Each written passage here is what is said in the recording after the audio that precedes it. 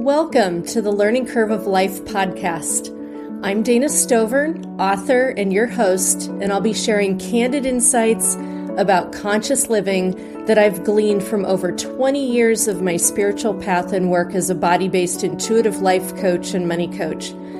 This podcast is the platform to share my offerings of my written word in voice form to inspire and awaken you, entertain and encourage you, provide hope, and a deeper view into more meaningful living. Thanks for being here and enjoy the words.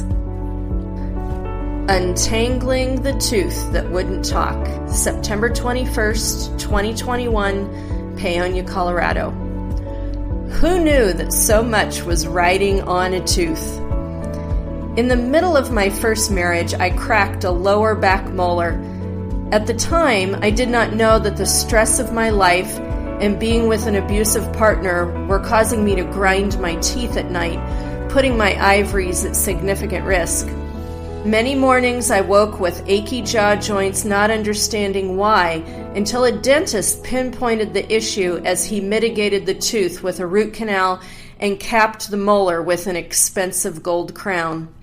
That was the beginning of a very long journey of awakening to the layered reality of my life that has taken me years, decades to unravel. The journey has transpired through glorious awakenings of my psychic gifts, heartbreaking truths about my family, tremendous loss, fabulous adventure, especially in nature, uniquely unfolding connections with fellow journeyers, grueling emotional labor to heal embedded trauma, and adamantly persistent insistence to find my professional way in an unbelieving world. It's been 25 years of never giving up on myself, even when the odds looked slimmer than a size 0 model during Fashion Week in New York. When I look back now, I revel in the fact that I'm still surviving the chances that someone like me is still making it in the aftermath of this predominantly toxic masculine world. It's a miracle. And all the while, this tooth, capped with a gold crown, has sat in the back of my mouth, perched on its throne with a revolving need for attention. Sometimes I forget about it, but always my tooth would find its way there to trace the semi-natural ridge and test the edge and the tooth base to see if it was still there. It was like I was reaching out to touch a buddy, wondering if I'd still find it, and always relieved when I did. What was it about this tooth? There were times this tooth ached underneath, a phantom pain mysteriously waxing and waning in a way that none of my other teeth ever have. I see now that an energy was there trying to work itself out of my body. Yet all along I've tried to ignore the deeper meanings of this tooth, never connecting the dots between the home of origin traumas with toxic patterning in my marriages, never connecting the interminable secrets of unmouthed words I had to keep for the relationships in my life to stay intact. I needed to stay safe and survive. I never made the connection between this cracked tooth holding up a crown and the silence of intimately embedded information that fishtailed around the root, hidden in my gums. That's where a phantom but very real ache came and went for years. The truth of the matter is I had to stay silent to stay safe and survive. That requirement began early before I even had significant rooted memories and continued until one life-shattering event after another tried to undo the paths of my life, tried to undo me. You see, there's this thing about keeping secrets, especially keeping silent, about information to protect the people around you whom you love, even as they hurt you. It all adds up in the body, even in the mouth, especially in the mouth and your teeth.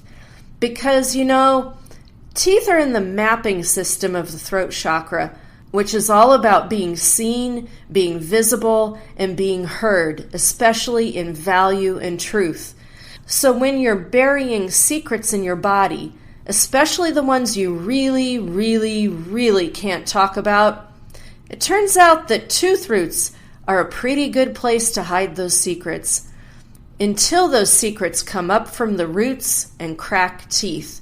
Until those teeth need gold crowns that say, here, right here, X marks the spot of the treasure hunt where these secrets lie. And all of this never ever occurred to me until my dentist got to taking a very close look at this old gold-capped crown where the tooth base met at the line of the jawbone, and a shadow in the dental image created a furrow in his brow. Instead of replacing the old crown with a new one, like we had hoped, which would just keep holding the secrets, he determined the whole damn thing needed to come out, roots and all. He said, "You know, I'd just be doing you a disservice to cover that up again. You're not going to like this, but the tooth needs to be pulled." I was shocked, but not shocked, because I sensed this was inevitable. That's when I returned home and yanked The Secret Language of Your Body by Inna Segal off my bookshelf and read right there about how teeth are holding on to shame, guilt, fear, anger, blame, bitterness of the interminable secrets I'd been required to hold in my body for the sake of my survival. She went on to say how teeth that are in trouble are also, quote, about having difficulty making empowering decisions. Troubled teeth can also be about self-neglect, unresolved childhood issues, and frequent self-sabotage. I read the passage and thought, what is she doing? Examining my tooth with a magnifying glass and viewing the emotional baggage I had stuffed into that tiny place of ivory for decades? No wonder it had cracked. No wonder I'd felt phantom pain for years. No wonder my dentist said, "Ding, time's up. That tooth needs to come out because it's on overload." I sat with the information my dentist had given me, and I sat with Inna's book in the yard while beautiful buzzy things buzzed around me and the haze of smoky fires from hundreds of miles away fogged up the view of our mountains, and the trees swished around me in a billowy breeze of sunshine. I sat there and sobbed. I grieved the unfairness of life and how hard the past 18 months had been, with COVID, death of business, looming death of marriage. But I also bodily reveled in understanding more layers of my life, and I let all the unfair challenges of the years of being human on the planet hang out. Once I was done with my blubbering mess in the beauty of our yard, feeling my feels, two things were completely clear to me. First, it was time to let my tooth go because it had done a miraculous job of surviving and holding traumatic secrets from my childhood that I then played out, bookended in my first and second marriages. My beloved tooth that had sat on a throne with a crown had done her job and done it remarkably well. I was so grateful. It was now time to let a new titanium screw hold new space for a newly fabricated tooth. Maybe a new tooth with new energy, new words, new stories, and no more secrets. All of it was sad and scary, but with a glint of potential new truth. Second, in the aftermath, it was also clear to me that my second marriage was over. The evidence had been piling up for a while, and I'd done my best to hold space with it. Somehow, the tide of the changes in my mouth with my teeth was connected to the course of my marriage. I didn't know what I would do or how things would go, especially in the middle of a pandemic, but I knew my marriage was over just as I knew my tooth had to come out. It was directly a month later, after receiving a new crown on an entirely different tooth, on an upper tooth, my mouth was getting an overhaul, that my mouth finally let loose with the words to my husband that I needed to let go of old decisions and anchor in new decisions. These decisions meant dissolving our marriage. It was hard to speak up vulnerably and say how and why I could no longer hold interactive space in the partnership. It was hard to say words that reached down into my gut and uttered my existence of, quote, I can no longer sacrifice my well-being so that we can have what we have. I'm invisibly and silently sinking with the ship here, and I can't allow myself to sink. I have too much left to do on this planet, and I'm ready to live in a new way. It wasn't until after the upheaval my words caused, words that secured the power of my decision, that I began to understand. I caught glimpses of understanding that I was beginning to untangle the secrets kept in my teeth that had anchored old patterns.